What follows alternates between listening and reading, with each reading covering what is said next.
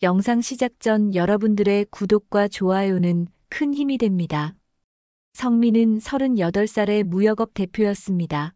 젊은 나이에 회사를 설립해 부산과 인천, 그리고 중국과 베트남을 오가며 해외 바이어들과 계약을 성사시키는 능력 있는 사업가였죠. 성민의 회사는 주로 전자부품과 기계부품을 수출하는 무역회사였습니다. 거래처가 해외에 집중되어 있다 보니 출장이 잦을 수밖에 없었죠. 한 달의 절반은 집을 비웠습니다. 월요일 아침이면 캐리어를 끌고 공항으로 향했고 금요일 저녁이나 주말에야 돌아오는 일이 많았습니다. 때로는 일주일 내내 집을 비우기도 했죠. 중국 선전에서 이틀, 베트남 하노이에서 사흘. 그렇게 아시아 각국을 돌아다니며 계약서에 도장을 찍었습니다. 성민의 여권에는 출입국 도장이 빼곡했고 항공 마일리지는 계속 쌓여갔습니다. 아내 지영은 30살로 성민보다 8살 어렸습니다. 대학 졸업 후 마케팅 회사에서 일하다가 성민을 만나 결혼했죠. 결혼 전 지영은 회사에서 인정받는 직원이었습니다. 프레젠테이션도 잘하고 클라이언트 관리도 뛰어났죠. 하지만 결혼 후 성민의 권유로 회사를 그만두고 전업주부가 되었습니다. 성민은 아내가 힘들게 일할 필요 없다고 말했죠. 자신이 충분히 벌어올 테니 집에서 편히 지내라고 했습니다. 지영은 외모가 뛰어난 여자였습니다. 긴 생머리에 하얀 피부, 그리고 균형 잡힌 몸매까지 거리를 걸으면 사람들의 시선이 자연스럽게 따라왔죠.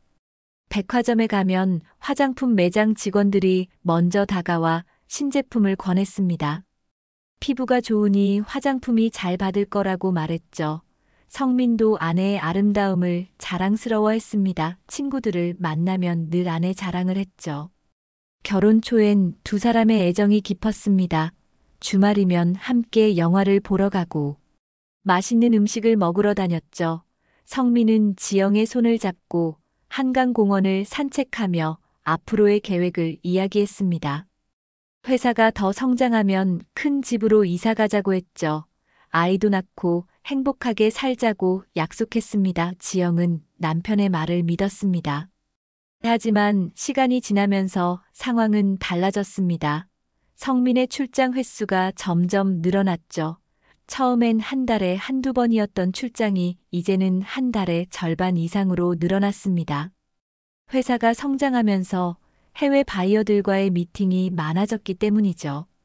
새로운 거래처를 개척하고 기존 바이어들과의 관계를 유지하려면 직접 얼굴을 보는 게 중요했습니다. 지영은 점점 혼자 있는 시간이 많아졌습니다. 아침에 일어나면 텅 빈 집이었고 저녁을 먹을 때도 혼자였죠. 처음엔 괜찮다고 생각했습니다. 남편이 열심히 일하는 건 가족을 위해서니까요. 하지만 외로움은 점점 커져만 갔습니다. 혼자 밥을 먹고 혼자 드라마를 보는 일상이 반복되었습니다. 친구들을 만나도 공허함은 채워지지 않았습니다. 다들 자기 가정이 있고 바빴죠. 직장을 다니는 친구들은 평일에 만나기 힘들었고 전업주부인 친구들은 아이 키우느라 정신이 없었습니다. 지영은 집에 돌아와 혼자 소파에 앉아 TV를 보며 시간을 보냈습니다. 성민에게 전화를 걸어도 바쁘다며 짧게 끊는 일이 많았죠. 어느 날 저녁 성민이 베트남 출장에서 돌아왔습니다. 지영은 반갑게 맞이했죠. 남편이 좋아하는 음식도 준비했습니다. 하지만 성민은 피곤한 표정으로 씻고 바로 잠들었습니다. 다음 날 아침에도 서둘러 회사로 출근했죠. 대화할 시간이 거의 없었습니다. 지영은 거울을 보며 생각했습니다. 이게 결혼 생활인가 싶었죠. 경제적으론 부족함이 없었습니다. 하지만 마음은 점점 메말라갔습니다. 누군가와 이야기하고 싶었고 감정을 나누고 싶었죠. 웃으면서 수다를 떨고 손을 잡고 걸으며 사랑을 확인하고 싶었습니다. 그렇게 1년이 지나고 2년이 지났습니다. 지영의 외로움은 깊어져만 갔습니다. 성민은 여전히 바빴고 출장은 계속되었죠. 어느새 두 사람 사이엔 보이지 않는 벽이 생겨나고 있었습니다. 어느 날 저녁 지영은 소파에 앉아 스마트폰을 보고 있었습니다. 성민은 또다시 중국 출장을 갔고 집엔 지영 혼자였죠. 인스타그램을 켜서 친구들의 게시물을 보다가 메시지 알림이 하나 떴습니다. 발신자는 정훈이라는 이름이었죠. 지영은 잠시 이름을 떠올렸습니다. 대학교 3학년 때 같은 동아리에 있던 선배였죠. 당시 정훈은 4학년이었고 지영에게 적극적으로 대시했던 사람이었습니다. 하지만 지영은 그때 다른 남자친구가 있어서 정훈의 마음을 받아주지 않았죠. 졸업 후로는 연락이 끊겼던 사람이었습니다. 메시지를 열어보니 간단한 인사말이었습니다. 오랜만이라고 인스타 돌아다니다가 우연히 지영의 계정을 발견했다고 했죠. 프로필 사진을 보니 결혼한 것 같은데 잘 지내냐고 물었습니다. 지영은 잠시 망설이다가 답장을 보냈습니다. 오랜만이라고 결혼해서 잘 지낸다고 했죠. 정훈은 곧바로 답장을 보냈습니다. 자신도 결혼은 했는데 지금은 이혼한 상태라고 말했죠. 프리랜서 영업 일을 하면서 혼자 지내고 있다고 했습니다. 시간 되면 커피라도 한잔하자고 제안했죠. 지영은 생각해보겠다고 대답했습니다. 하지만 그날 이후 정훈과의 메시지는 계속 이어졌습니다. 정훈은 매일 저녁 안부를 물었죠. 오늘 하루는 어땠냐고 뭐 했냐고 물었습니다. 처음엔 가벼운 대화였지만 점점 깊어졌습니다. 지영은 남편이 출장이 많아서 자주 혼자 있다고 털어놨죠. 정훈은 공감한다고 말했습니다. 혼자 있는 시간이 길면 외롭다고 자신도 그렇다고 했죠. 지영은 정훈과 이야기하는 게 편했습니다. 오랜만에 누군가 자신의 이야기를 들어주는 기분이었죠. 성민은 항상 바빠서 지영의 말을 제대로 듣지 못했습니다. 하지만 정훈은 달랐습니다. 일주일이 지나고 2주일이 지났습니다. 지영과 정훈의 대화는 점점 잦아졌죠. 문자에서 전화로 이어졌습니다. 밤 11시가 넘어 정훈이 전화를 걸면 지영은 받았습니다. 두 사람은 1시간 넘게 통화를 하곤 했죠. 대학 시절 이야기도 하고 지금의 삶에 대해서도 이야기했습니다. 정훈은 지영에게 여전히 예쁘다고 말했습니다. 인스타 사진을 보니 대학 때보다 더 아름다워진 것 같다고 했죠. 지영은 얼굴이 붉어졌습니다. 남편에게 이런 말을 들어본 지 오래되었으니까요. 성민은 바빠서 지영의 외모에 신경 쓸 여유가 없었습니다. 어느 날 성민이 또다시 출장을 간다고 말했습니다. 이번엔 부산과 인천을 거쳐 중국까지 가야 한다고 했죠. 3박 4일 일정이라고 말했습니다. 지영은 고개를 끄덕였습니다. 이제는 익숙한 일이었죠. 성민이 출국한 다음 날 저녁이었습니다. 지영은 정훈에게 문자를 보냈습니다. 남편이 출장 갔다고 집에 혼자 있다고 말했죠. 정훈이 물었습니다. 그럼 심심하겠다고 자기가 놀러 가도 되냐고 했습니다. 지영은 잠시 망설였습니다. 이건 넘지 말아야 할 선이라는 걸 알았죠. 하지만 마음 한편으론 정훈을 만나고 싶었습니다. 외로움이 너무 컸고 누군가와 함께 있고 싶었습니다. 지영은 손을 떨며 답장을 보냈습니다. 좋다고 했죠. 1시간 후 초인종이 울렸습니다. 지영은 현관으로 나가 인터폰 화면을 확인했죠. 정훈이 서 있었습니다. 검은색 코트를 입고 손에는 와인 한 병을 들고 있었습니다. 지영의 심장이 빠르게 뛰었죠. 지영은 손을 현관문 손잡이에 올렸습니다. 이 문을 열면 모든 게 달라질 거라는 걸 알았죠. 하지만 멈출 수가 없었습니다.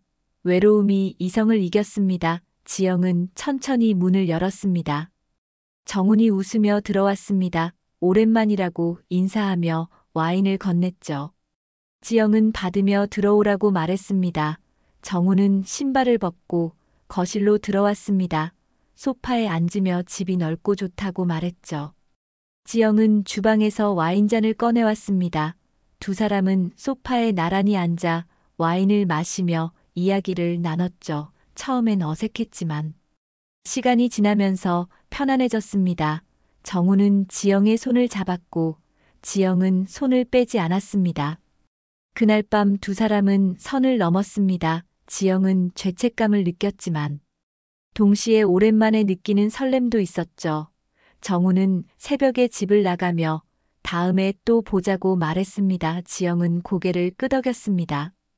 정훈과의 첫 만남 이후 지영의 일상은 완전히 달라졌습니다. 성민이 출장을 갈 때마다 정훈은 지영의 집을 찾아왔죠. 처음엔 일주일에 한두 번이었지만 점점 잦아졌습니다. 성민이 해외 출장으로 사흘 이상 집을 비우면 정훈은 거의 매일 아침 지영의 집에 들렀습니다. 어느 월요일 아침이었습니다. 성민은 전날 밤 베트남으로 출국했고 목요일에나 돌아올 예정이었죠. 지영은 아침 8시에 일어나 세수를 하고 화장을 했습니다. 평소엔 남편이 없으면 늦게까지 자곤 했는데 이제는 달랐죠. 아침 9시면 정훈이 올 거라는 걸 알고 있었습니다. 초인종이 울렸습니다. 지영은 현관문을 열었고 정훈이 밝은 표정으로 들어왔죠. 손에는 편의점에서 산 빵과 우유가 들려 있었습니다. 지영은 웃으며 받았습니다. 정훈은 자연스럽게 신발을 벗고 거실로 들어갔죠. 이제는 익숙한 풍경이었습니다. 지영은 주방으로 가서 아침 식사를 준비했습니다. 냉장고에서 계란과 베이컨을 꺼내고 식빵도 꺼냈죠. 프라이팬에 기름을 두르고 계란을 부쳤습니다. 정훈이 좋아하는 반숙으로 익혔죠. 베이컨도 노릇하게 구웠습니다. 식탁에 접시를 놓고 계란과 베이컨을 담았습니다. 커피도 내렸습니다. 정훈이 아메리카노를 좋아한다는 걸 알았기에 원두를 갈아서 핸드드립으로 정성스럽게 내렸죠. 커피 향이 집 안가득 퍼졌습니다. 지영은 자신의 목도 준비했습니다. 식탁 위에 2개의 머그컵을 나란히 놓았죠. 정훈이 식탁에 앉았습니다. 지영도 맞은편에 앉았죠. 두 사람은 마주보며 아침을 먹었습니다. 정훈은 맛있다고 말하며 계란을 한 입 베어 물었습니다. 지영은 흐뭇한 표정으로 바라봤죠. 누군가를 위해 밥을 차려주고 함께 식사를 하는 게 얼마만인지 몰랐습니다. 성민은 출장이 잦아 함께 아침을 먹는 일이 거의 없었습니다. 집에 있을 때도 서둘러 출근하느라 제대로 된 식사를 하지 못했죠. 하지만 정우는 달랐습니다. 천천히 음식을 음미하며 지영과 대화를 나눴습니다. 오늘 날씨가 좋다고 정훈이 말했습니다. 창밖을 보니 햇살이 따스하게 들어오고 있었죠. 지영도 그렇다고 대답했습니다. 두 사람은 이런저런 이야기를 나눴습니다. 어제 본 드라마 이야기도 하고 맛집 이야기도 했죠. 식사가 끝나고 지영은 설거지를 했습니다. 정우는 거실로 가서 소파에 앉았죠. 텔레비전을 켜고 아침 예능 프로그램을 틀었습니다.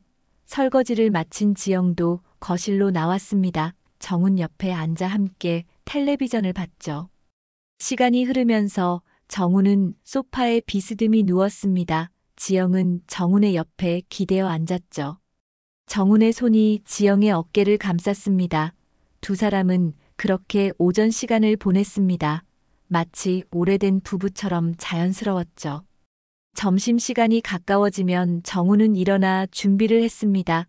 오후엔 일이 있다고 말했죠. 프리랜서 영업직이라 시간이 자유로웠지만 그래도 일은 해야 했습니다. 지영은 아쉬워하며 정훈을 배웅했습니다. 다음 날도 똑같은 일상이 반복되었습니다.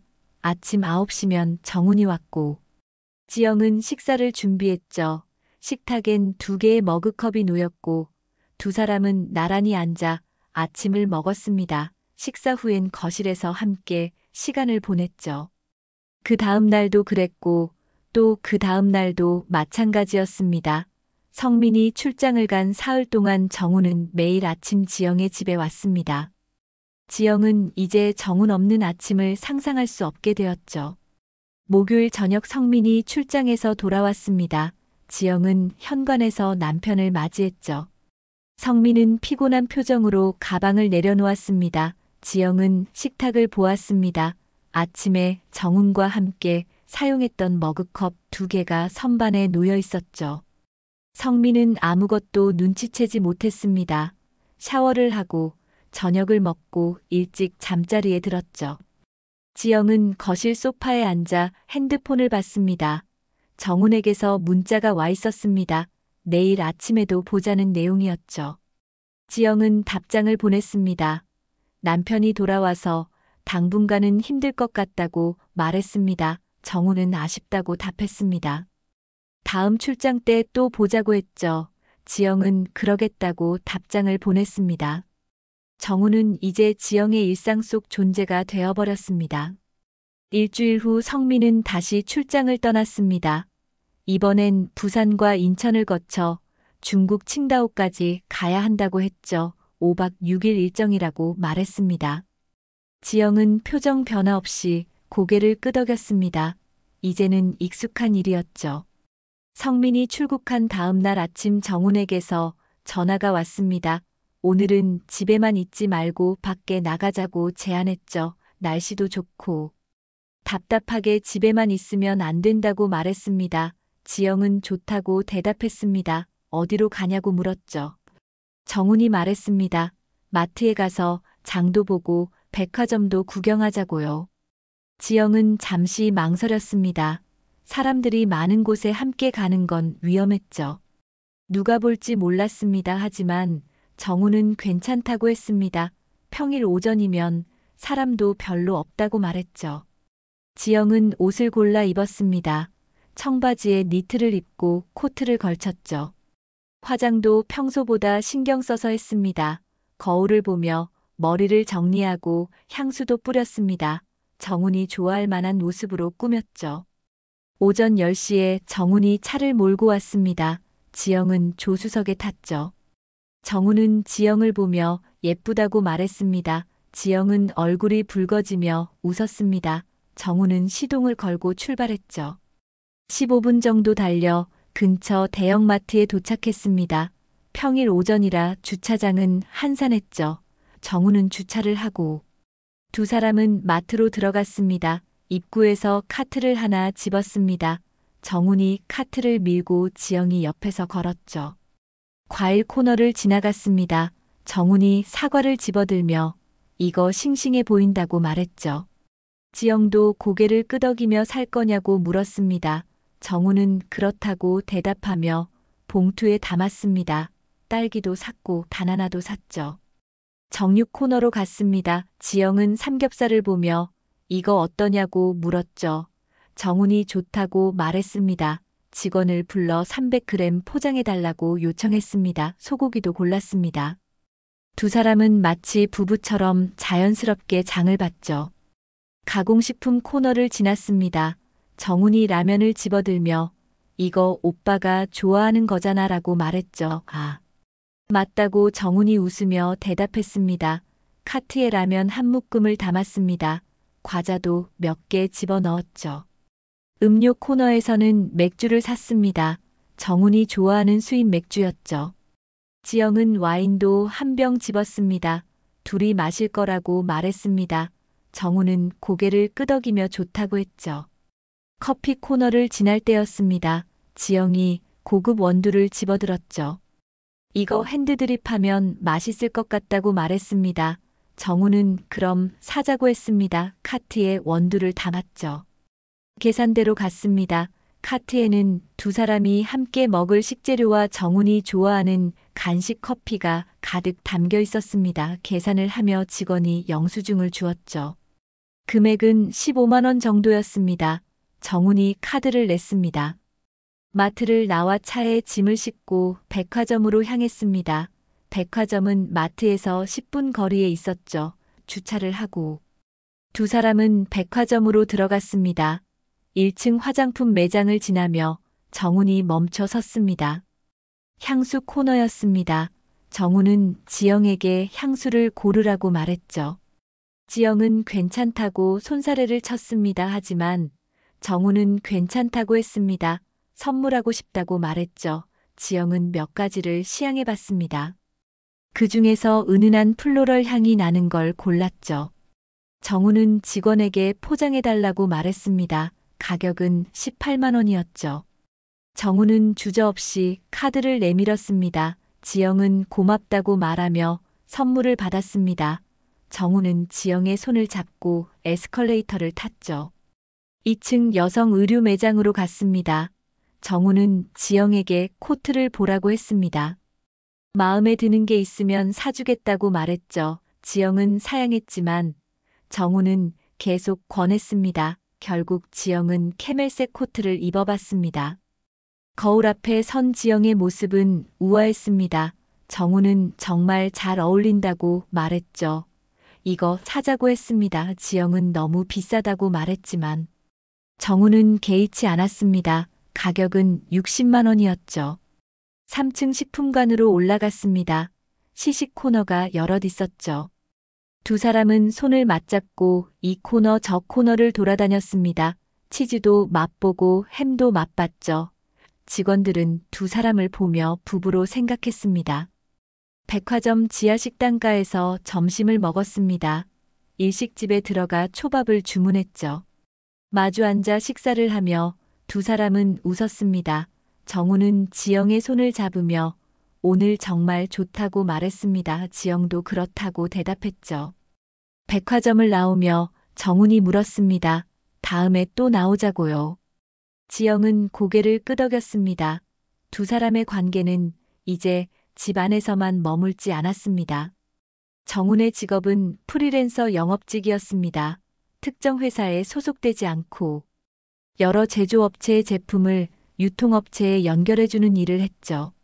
시간이 비교적 자유로웠습니다. 중요한 미팅이 있을 때만 움직이면 되었고 나머지 시간은 자신이 관리할 수 있었죠. 그래서 정우는 지영과 더 많은 시간을 보낼 수 있었습니다. 오전에는 지영의 집에 가서 아침을 먹고 오후에는 카페나 백화점에 갔죠. 그리고 저녁이 되면 호텔이나 모텔로 향했습니다. 두 사람의 하루는 이렇게 정해진 루틴처럼 반복되었습니다. 어느 날 저녁 정훈이 제안했습니다. 오늘은 좋은 호텔에 가자고요. 지영은 놀라며 물었습니다. 호텔은 너무 비싸지 않냐고요. 정훈은 괜찮다고 했습니다. 오늘은 특별한 날이니까 좋은 곳에 가고 싶다고 말했죠. 두 사람은 신사동에 있는 특급 호텔로 갔습니다. 로비는 화려했고 샹들리에가 빛났죠. 정우는 프런트 데스크로 가서 객실을 예약했습니다. 디럭스룸으로 하나 달라고 말했습니다. 직원은 친절하게 안내했죠. 가격은 35만 원이었습니다. 체크인을 하고 엘리베이터를 타고 12층으로 올라갔습니다. 복도를 걸어 객실 문을 열었죠. 넓고 깨끗한 방이 나타났습니다. 킹사이즈 침대와 큰 창문이 있었고 야경이 보였습니다. 지영은 감탄하며 경치를 바라봤죠. 정우는 룸서비스를 주문했습니다. 와인과 안주를 시켰죠. 30분 후 직원이 음식을 가져왔습니다. 두 사람은 소파에 앉아 와인을 마시며 이야기를 나눴습니다. 창밖으로 보이는 서울의 야경이 아름다웠죠. 그날 밤 두 사람은 호텔에서 밤을 보냈습니다. 아침에 일어나 호텔 조식 뷔페를 먹고 체크아웃했죠. 프런트 직원이 멤버십 카드를 만들면 할인 혜택이 있다고 안내했습니다. 정우는 바로 만들겠다고 말했습니다. 멤버십 가입 서류를 작성했습니다. 이름과 전화번호를 적었죠. 직원은 다음 방문 때부터 10% 할인이 된다고 설명했습니다. 정우는 고맙다고 말하며 카드를 받았습니다. 그렇게 두 사람은 단골 고객이 되었죠. 하지만 매번 호텔을 이용하기엔 비용이 부담스러웠습니다. 정훈의 수입이 나쁘지 않았지만 한 번에 30만 원 이상을 쓰는 건 쉽지 않았죠. 그래서 평일에는 주로 모텔을 이용했습니다. 주말이나 특별한 날에만 호텔을 찾았습니다. 집 근처 모텔촌에는 여러 개의 모텔이 있었습니다. 정훈과 지영은 번갈아 가며 다양한 모텔을 이용했죠. 어떤 곳은 깨끗하고 어떤 곳은 시설이 좀 낡았습니다. 하지만 두 사람에겐 큰 문제가 아니었죠. 한 모텔에서는 포인트 적립 제도가 있었습니다. 10번 방문하면 한 번 무료로 이용할 수 있다고 했죠. 프런트 직원이 전화번호를 등록하면 포인트가 쌓인다고 설명했습니다. 정우는 지영의 전화번호를 알려줬습니다. 지영은 당황했지만 말리지 못했죠. 그렇게 모텔 포인트 적립 내역에는 지영의 이름이 등록되었습니다. 방문할 때마다 포인트가 쌓였죠. 한 달 만에 8번의 기록이 쌓였습니다. 곧 무료 이용권을 받을 수 있을 것 같았습니다. 지영은 처음엔 이런 생활에 죄책감을 느꼈습니다. 남편을 배신하고 있다는 사실이 가슴을 짓눌렀죠. 하지만 시간이 지나면서 그 감정은 점점 희미해졌습니다. 정훈과 함께 있으면 사랑받는 느낌이 들었고 그게 너무 좋았습니다. 성민은 아무것도 몰랐습니다. 출장에서 돌아오면 피곤해서 일찍 잠들었고 주말에도 회사 일을 했죠. 지영과 제대로 된 대화를 나누는 일이 거의 없었습니다. 지영의 변화를 눈치챌 리 없었죠. 어느 날 성민이 말했습니다. 다음 주에 또 출장을 간다고요. 이번엔 4박 5일 일정이라고 했습니다. 부산에서 이틀, 인천에서 하루, 중국에서 이틀을 보낸다고 설명했죠. 성민이 말을 마치자마자 지영은 핸드폰을 받습니다. 화장실로 가서 정훈에게 문자를 보냈죠. 다음 주는 4박 5일 비어 있다고 말했습니다. 정훈은 곧바로 답장을 보냈습니다. 좋다고 그럼 매일 보자고 했죠. 지영은 미소를 지었습니다. 거울을 보며 립스틱을 다시 바르고 나왔죠. 성민은 소파에 앉아 노트북으로 일을 하고 있었습니다. 지영을 보지도 않았죠. 지영은 이제 남편의 출장 일정을 기다리게 되었습니다. 성민이 출장을 간다고 하면 오히려 기뻤죠. 정훈과 더 많은 시간을 보낼 수 있으니까요. 죄책감은 이미 사라졌고 정훈에 대한 감정만 커져갔습니다. 호텔과 모텔은 이제 두 사람의 일상이 되어버렸습니다. 성민은 중국 칭다오에서 사흘간의 일정을 마치고 목요일 저녁 인천공항에 도착했습니다. 입국 심사를 마치고 수화물을 찾아 공항을 빠져나왔죠. 택시를 타고 집으로 향했습니다. 차 안에서 지영에게 전화를 걸었지만 받지 않았습니다. 1시간 후에야 답장이 왔죠. 지금 샤워 중이라고 곧 끝난다고 했습니다. 집에 도착한 성민은 현관문을 열고 들어갔습니다. 여보 왔어 라고 말했지만 대답이 없었죠. 거실을 지나 안방으로 갔습니다. 지영이 드라이기로 머리를 말리고 있었습니다. 성민은 피곤한 표정으로 소파에 앉았죠. 지영이 드라이기를 끄고 나왔습니다. 언제 왔냐고 물었습니다. 성민은 방금 왔다고 대답했죠. 저녁은 먹었냐고 물었습니다. 지영은 아직이라고 말했습니다. 뭐 시켜 먹을까 하고 물었죠. 성민은 고개를 끄덕였습니다. 다음 날 금요일 아침이었습니다. 성민은 평소보다 늦게 일어났죠. 출장 피로가 남아 있었습니다. 세수를 하고 면도를 했습니다. 그러다 세탁기 위에 놓인 빨래 바구니가 눈에 들어왔죠. 지영이 아직 세탁하지 않은 옷들이었습니다. 성민은 무심코 빨래 바구니를 들여다봤습니다. 그런데 낯선 옷이 보였죠. 남성용 와이셔츠였습니다. 성민의 것이 아니었습니다. 색깔도 다르고 사이즈도 달랐죠. 성민은 와이셔츠를 집어들고 자세히 봤습니다. 코에 가까이 대고 냄새를 맡았습니다. 향수 냄새가 났죠. 성민이 평소에 쓰지 않는 향이었습니다. 달콤하고 무거운 향이었습니다. 성민의 미간이 좁혀졌습니다. 이게 뭐지 하고 중얼거렸죠. 거실로 나와 지영에게 물었습니다. 이 와이셔츠 뭐냐고요. 지영은 순간 당황했습니다. 하지만 곧 침착하게 대답했죠. 아, 그거 세탁소에서 잘못 준 거라고 말했습니다. 며칠 전에 찾아왔는데 우리 거 아닌 것 같아서 다시 가져다 줄 예정이라고 설명했습니다. 성민은 고개를 끄덕였습니다. 그럴 수도 있겠다고 생각했죠. 더 이상 의심하지 않았습니다. 와이셔츠를 다시 빨래 바구니에 넣고 회사 출근 준비를 했습니다. 하지만 주말에 또 다른 일이 있었습니다. 토요일 오후 성민은 집에서 쉬고 있었죠. 지영은 친구 만나러 나갔다고 했습니다. 성민은 거실 테이블 위에 있는 마트 영수증을 발견했습니다. 지루해서 무심코 영수증을 펼쳐봤죠. 영수증에는 여러 품목이 적혀 있었습니다. 과일과 채소 고기도 샀고 라면과 과자도 샀습니다. 그런데 이상한 품목들이 눈에 들어왔죠. 고급 커피 원두가 있었습니다. 성민은 커피를 거의 마시지 않았습니다. 지영도 인스턴트 커피만 마셨죠. 수입 맥주도 샀더군요. 성민이 좋아하는 브랜드가 아니었습니다. 오히려 성민은 소주를 더 좋아했죠. 맥주는 거의 사지 않았습니다.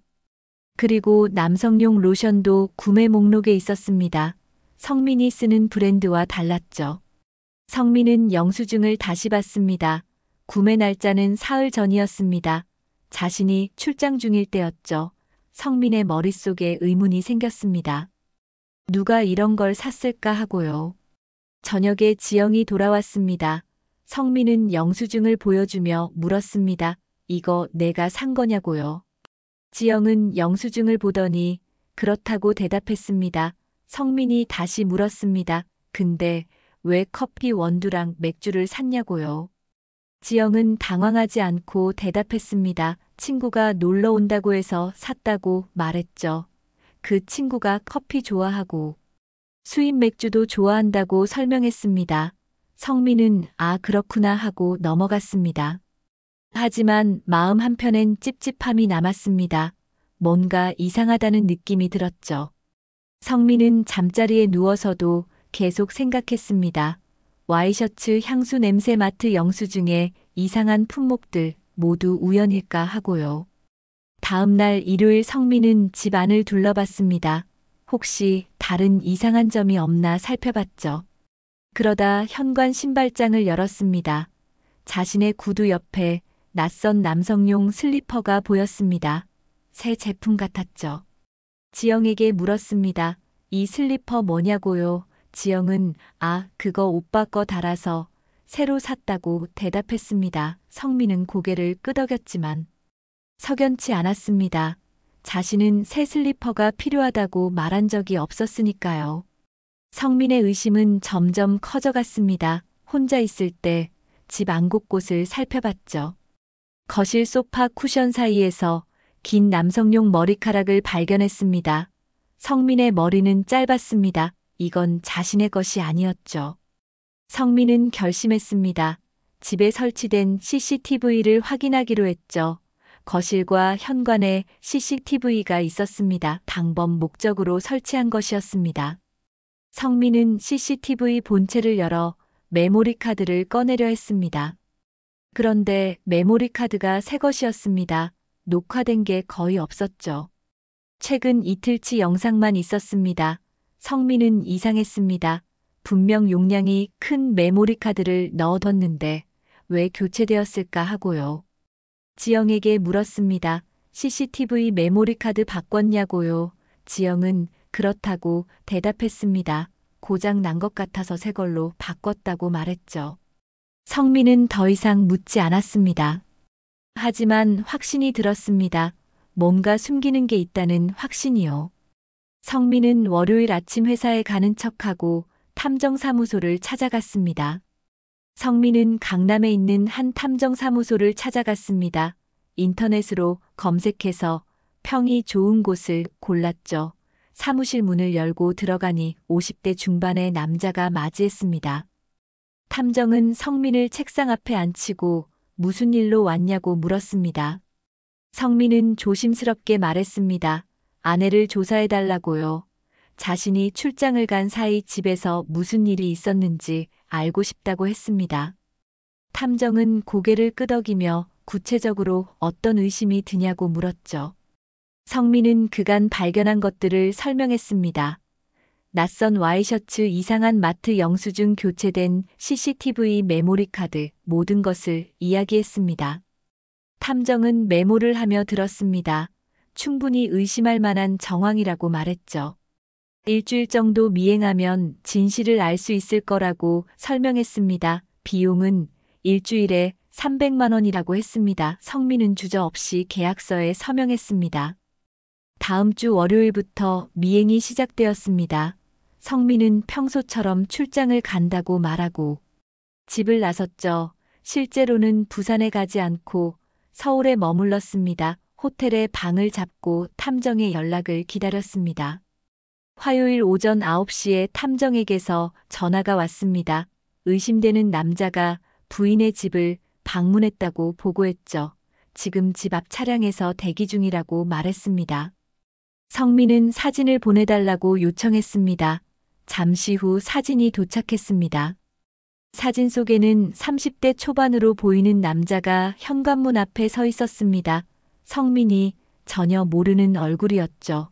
남자는 초인종을 누르고 있었고 곧 문이 열렸습니다. 지영이 웃으며 남자를 맞이하는 모습까지 찍혀 있었습니다.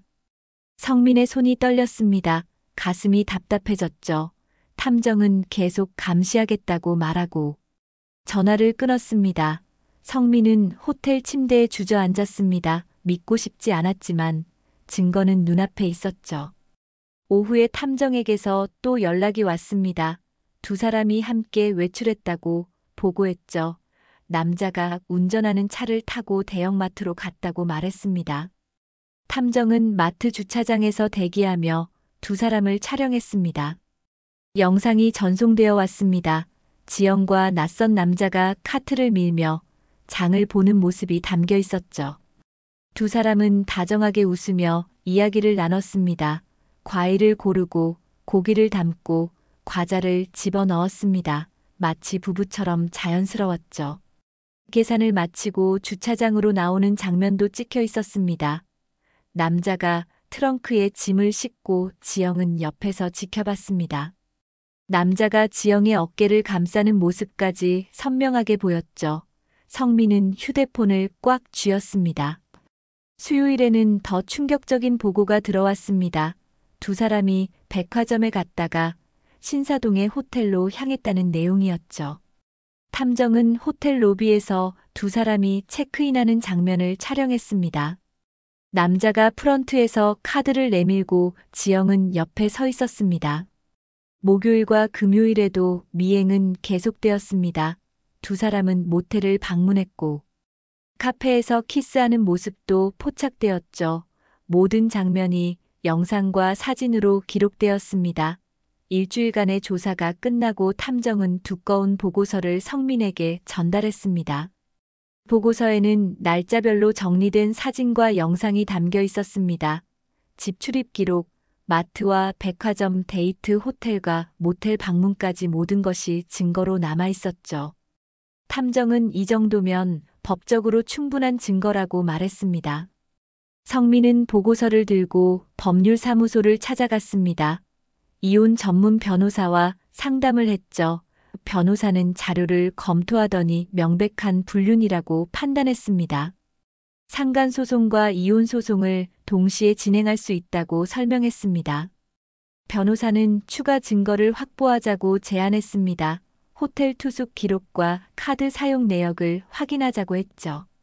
며칠 후 호텔 측에서 자료를 제공했습니다. 지난 2달간 5번의 투숙 기록이 있었습니다. 모텔 이용 기록까지 합치면 15번이 넘었죠. 성민은 소송을 진행하기로 결심했습니다. 변호사는 소장을 작성했습니다. 피고는 지영과 정훈. 두 사람이었죠. 이혼 청구 소송과 함께 위자료 청구 소송도 제기했습니다. 소장이 접수되고 일주일 후 법원에서 등기우편이 발송되었습니다. 지영과 정훈에게 각각 소장 부본이 전달되었죠. 지영은 우편물을 받고 얼굴이 하얗게 질렸습니다. 손이 떨려 제대로 서 있을 수가 없었습니다. 지영은 급히 성민에게 전화를 걸었습니다. 하지만 성민은 받지 않았죠. 문자를 보냈습니다. 여보, 제발 만나자고, 이야기 좀 하자고 울먹였습니다. 성민의 답장은 차갑기만 했습니다. 변호사를 통해 연락하라는 내용뿐이었죠. 소송은 3달 동안 진행되었습니다. 양측 변호사들이 법정에서 공방을 벌였지만 성민 측의 증거가 너무나 명백했죠. 사설 탐정이 촬영한 영상과 사진들, 호텔과 모텔의 투숙 기록, 카드 사용 내역까지 모든 것이 지영과 정훈의 불륜을 증명했습니다. 지영도 변호사를 선임했지만 변명의 여지가 없었습니다. 법정에서 지영은 남편이 출장이 너무 잦아서 외로웠다고 호소했죠. 혼자 있는 시간이 너무 길어서 힘들었다고 말했습니다. 하지만 판사는 냉정했습니다. 외로움이 불륜의 정당한 사유가 될 수 없다고 판시했죠. 정훈의 상황은 더 심각했습니다. 업계에 소문이 퍼지면서 거래처들이 하나둘씩 등을 돌렸죠. 기혼 남성이 다른 기혼 여성과 불륜을 저지르고 소송까지 당했다는 사실은 신뢰를 완전히 무너뜨렸습니다. 새로운 계약은 성사되지 않았고 기존 거래처도 계약을 해지했습니다. 결국 판결이 나왔습니다. 법원은 이혼을 인정했고 재산 분할에서 지영에게 불리한 판단을 내렸죠. 지영은 재산의 20%만 받을 수 있었습니다. 그리고 위자료 판결도 나왔습니다. 지영과 정훈은 공동으로 성민에게 1억 5천만 원의 위자료를 배상하라는 명령을 받았습니다. 지영은 7,500만 원을, 정훈도 7,500만 원을 각각 부담해야 했죠. 지영은 법정에서 판결문을 듣고 그 자리에 주저앉았습니다. 모든 게 끝났다는 걸 실감했습니다. 재산도 명예도 남편도 모두 잃었죠. 일주일 후 지영은 집을 나갔습니다. 짐을 싸서 친정으로 돌아갔죠. 하지만 친정 부모님의 반응은 차갑기만 했습니다. 어머니는 지영을 보며 한숨만 쉬었고 아버지는 아예 말을 걸지 않았습니다. 내가 무슨 짓을 한 건지 아냐며 실망한 표정을 지었죠. 지영은 작은 방에 틀어박혀 지냈습니다.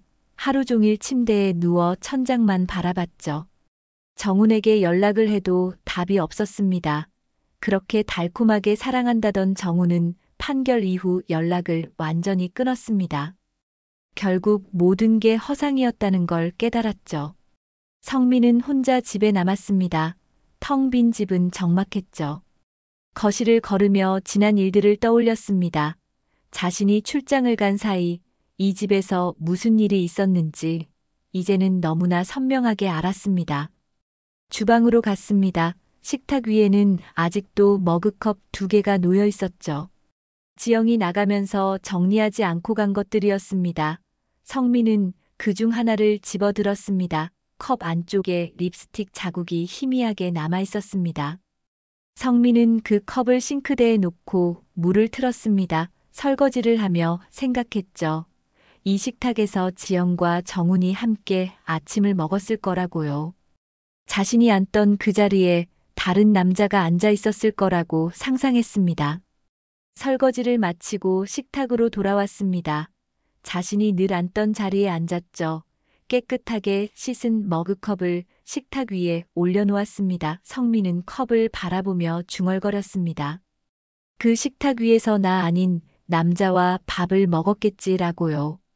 가슴이 먹먹했습니다. 7년을 함께한 아내가 자신을 배신했다는 사실이 여전히 믿기지 않았죠. 자신이 뭘 잘못한 걸까 생각했습니다. 출장이 너무 잦았던 걸까? 지영의 외로움을 알아채지 못한 자신의 잘못일까 고민했습니다. 하지만 곧 고개를 저었습니다. 아무리 외로워도 불륜은 정당화될 수 없었죠. 대화로 풀 수 있는 문제였습니다. 지영은 자신에게 외롭다고 솔직하게 말할 수 있었죠. 하지만 지영은 그러지 않았습니다. 대신 다른 남자를 선택했습니다. 서재로 가서 서랍을 열었습니다. 이혼 서류가 들어 있었죠. 변호사가 준비한 최종 서류였습니다. 성민은 서류를 꺼내 책상 위에 놓았습니다. 도장을 찾아 주머니에서 꺼냈죠. 잠시 망설였습니다. 이 도장을 찍는 순간 모든 게 끝난다는 걸 알았습니다. 7년의 결혼 생활이 완전히 종료되는 거였죠. 하지만 더 이상 돌이킬 수 없다는 것도 알았습니다.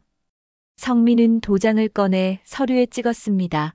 붉은 도장이 하얀 종이 위에 선명하게 찍혔죠. 그렇게 모든 절차가 끝났습니다. 성민은 서류를 봉투에 넣고 책상 서랍에 넣었습니다. 다시 주방으로 갔습니다. 식탁 위에는 여전히 머그컵 한 개가 놓여 있었죠. 성민은 그 컵을 바라보며 서 있었습니다. 햇살이 창문을 통해 들어와 식탁을 비쳤습니다. 텅 빈 집은 고요했습니다. 성민은 창밖을 바라봤습니다. 새로운 시작을 해야 한다고 스스로에게 말했죠. 과거는 과거일 뿐이라고 생각했습니다. 하지만 가슴 한편은 여전히 아팠습니다. 그날 밤 성민은 주방 불을 끄고 안방으로 들어갔습니다. 침대에 누워 천장을 바라봤죠. 내일부터는 새로운 일상이 시작될 것입니다. 지영 없는 삶을 살아가야 했습니다. 주방에는 여전히 식탁이 있었고 그 위에는 머그컵 한 개가 놓여 있었습니다. 깨끗하게 씻긴 컵이었죠. 그 옆 선반에는 또 다른 컵이 있었습니다. 립스틱 자국이 희미하게 남은 컵이었습니다. 한때 행복했던 가정의 마지막 흔적이었습니다.